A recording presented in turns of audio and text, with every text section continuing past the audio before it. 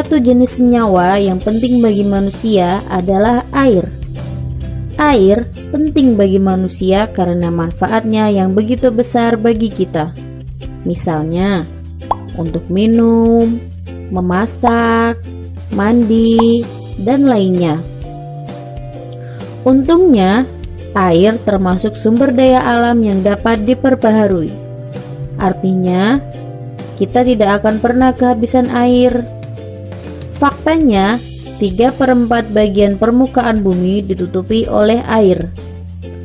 Ini berarti ada 336 juta mil kubik air di bumi, di mana 96,5% air sebagian besar berada di samudra. Banyak kan? Mengapa air selalu tersedia di bumi?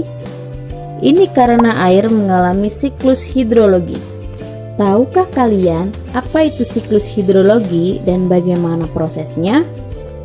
Siklus hidrologi adalah sirkulasi air atau perputaran air secara terus-menerus dari bumi ke atmosfer dan dari atmosfer kembali ke bumi. Lalu, bagaimana proses siklus hidrologi berlangsung? Prosesnya begini. Awalnya, air laut mengalami penguapan karena panas matahari. Proses ini disebut dengan proses evaporasi. Evaporasi terjadi karena temperatur permukaan air yang cukup tinggi sehingga molekul-molekul air di permukaan memperoleh energi yang cukup untuk memisahkan diri dari air yang ada di permukaan. Selain air laut, air yang berada pada tumbuh-tumbuhan juga ikut mengalami proses penguapan. Proses ini dinamakan dengan proses transpirasi.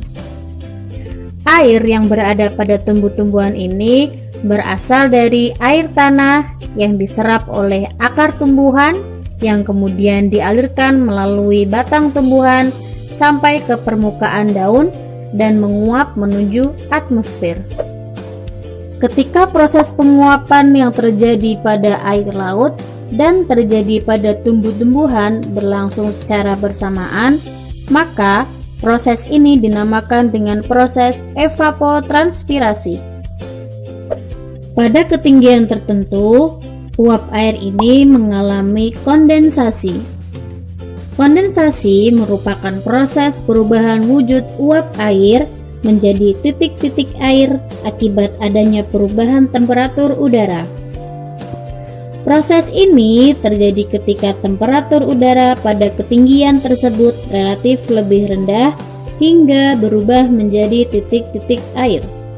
Lalu, kumpulan titik-titik air ini membentuk sebuah awan.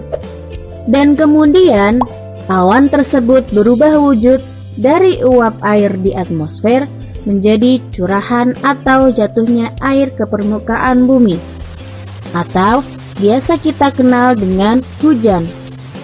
Proses ini disebut dengan proses presipitasi. Ketika proses ini terjadi di daratan, maka awan akan menghasilkan curahan berupa air.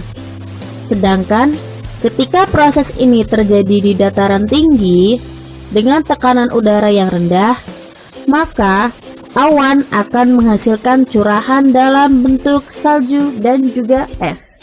Berikutnya, air yang dihasilkan oleh presipitasi sebagian diserap oleh tanah dan sebagian lagi mengalir di permukaan tanah. Air yang diserap oleh tanah disebut dengan infiltrasi, yaitu gerakan air ke bawah melalui permukaan tanah ke dalam lapisan tanah yang teratas.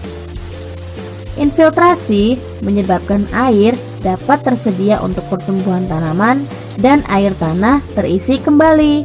Sedangkan air yang mengalir di permukaan tanah disebut dengan runoff, yaitu proses pergerakan aliran air di permukaan tanah melalui aliran selokan, kanal, sungai, dan anak sungai. Umumnya, runoff terjadi karena air yang mengalir tidak dapat diserap lagi oleh tumbuhan dan tanah. Air yang mengalir melalui aliran permukaan itu pun menuju ke laut. Siklus ini terjadi berulang-ulang. Makanya air terus tersedia di bumi. Tahukah kalian bahwa siklus hidrologi memiliki 3 jenis tahapan, yaitu siklus pendek, siklus sedang, dan siklus panjang. Jenis tahapan yang pertama yaitu siklus pendek. Proses siklus pendek diawali ketika air laut mengalami proses evaporasi atau menguapnya air laut karena panas matahari. Uap air ini lalu menguap ke atmosfer.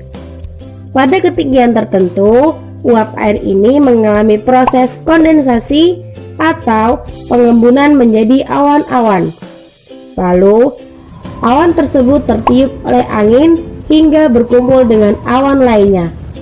Karena awan yang terkumpul semakin tebal dan padat, dan suhu awan semakin rendah, kemudian awan tersebut mengalami presipitasi atau turunnya curahan air dari atmosfer ke laut. Selanjutnya, air yang turun bergabung lagi ke laut. Jenis tahapan yang kedua adalah siklus sedang. Proses siklus sedang diawali ketika air laut mengalami proses penguapan karena panas matahari yang disebut dengan proses evaporasi. Selain itu, pada siklus sedang, uap air juga dihasilkan dari tumbuh-tumbuhan. Proses ini disebut dengan proses transpirasi. Uap air ini lalu menguap ke atmosfer. Pada ketinggian tertentu, uap air ini mengalami kondensasi atau pengembunan menjadi awan-awan, lalu awan tersebut tertiup angin menuju ke dataran. Ketika awan yang terkumpul semakin tebal dan padat, serta suhu awan semakin rendah, maka awan tersebut mengalami proses presipitasi atau turunnya curahan air dari atmosfer ke bumi. Selanjutnya, air yang turun ke permukaan bumi sebagian diserap oleh tanah atau disebut dengan proses infiltrasi, dan sebagian lagi mengalir ke permukaan melalui sungai, selokan, kanal, dan permukaan air lainnya. Proses ini disebut dengan runoff, dan kemudian air tersebut mengalir kembali menuju ke laut. Jenis tahapan yang ketiga adalah siklus panjang. Proses siklus panjang diawali ketika air laut mengalami proses penguapan atau disebut dengan proses evaporasi, dan air yang ada di tumbuh-tumbuhan juga mengalami proses penguapan atau disebut dengan proses transpirasi. Uap-uap air ini lalu menguap ke atmosfer. Pada ketinggian tertentu, uap air ini mengalami proses kondensasi atau pengembunan menjadi awan-awan. Lalu, awan tersebut tertiup angin menuju ke dataran tinggi. Ketika awan yang terkumpul semakin tebal dan padat, serta suhu awan semakin rendah, awan tersebut mengalami proses presipitasi. Namun, pada siklus panjang ini, proses presipitasi yang dihasilkan tidak dalam bentuk air, tetapi dalam bentuk salju. Hal ini karena daerah pegunungan memiliki tekanan udara yang rendah. Nah, salju yang ada di pegunungan atau dataran tinggi tersebut sebagian menguap ke atmosfer tanpa melalui proses mencair terlebih dahulu. Proses ini disebut dengan proses sublimasi. Lalu, sebagian salju yang lainnya mencair kemudian mengalir ke permukaan bumi atau disebut dengan proses runoff. Ada juga air yang meresap ke tanah atau disebut dengan infiltrasi. Namun, tanpa kita sadari, ada beberapa aktivitas manusia yang dapat mengganggu berlangsungnya siklus air. Aktivitas tersebut diantaranya penebangan hutan, kebakaran hutan, pembangunan, pembuatan irigasi, pencemaran udara, dan pencemaran air. Aktivitas-aktivitas tersebut juga menjadi penyebab munculnya pemanasan global. Ketika aktivitas-aktivitas manusia ini terjadi, maka akan memicu peningkatan suhu permukaan bumi. Begitu juga suhu air yang ada di permukaan bumi, sehingga laju evaporasi menjadi tidak terkendali. Proses pembentukan awan pun semakin cepat, hingga laju presipitasi juga ikut meningkat. Ini mengapa? Karena minimnya pepohonan yang ada di bumi dapat mengurangi laju penyerapan karbon dioksida. Ditambah lagi, banyaknya emisi karbon dioksida yang dihasilkan dari pencemaran udara. Karbon dioksida ini nanti akan menumpuk di atmosfer. Karbon dioksida yang menumpuk di atmosfer akan menjebak panas matahari yang dipantulkan bumi, sehingga temperatur bumi dan atmosfer semakin meningkat. Selanjutnya, saat presipitasi sampai ke permukaan tanah, maka terjadilah runoff. Karena adanya pembangunan yang dilakukan dengan penebangan pohon dan penutupan tanah, serta adanya pembuatan irigasi, laju runoff menjadi meningkat, sehingga banyak air yang terbuang ke perairan. Lalu, adanya pembangunan-pembangunan dan pembuatan irigasi tersebut tentulah menghambat laju infiltrasi. Menghambatnya laju infiltrasi ini menyebabkan kelangkaan persediaan air bersih alami di dalam tanah yang tentu saja sangat dibutuhkan bagi manusia.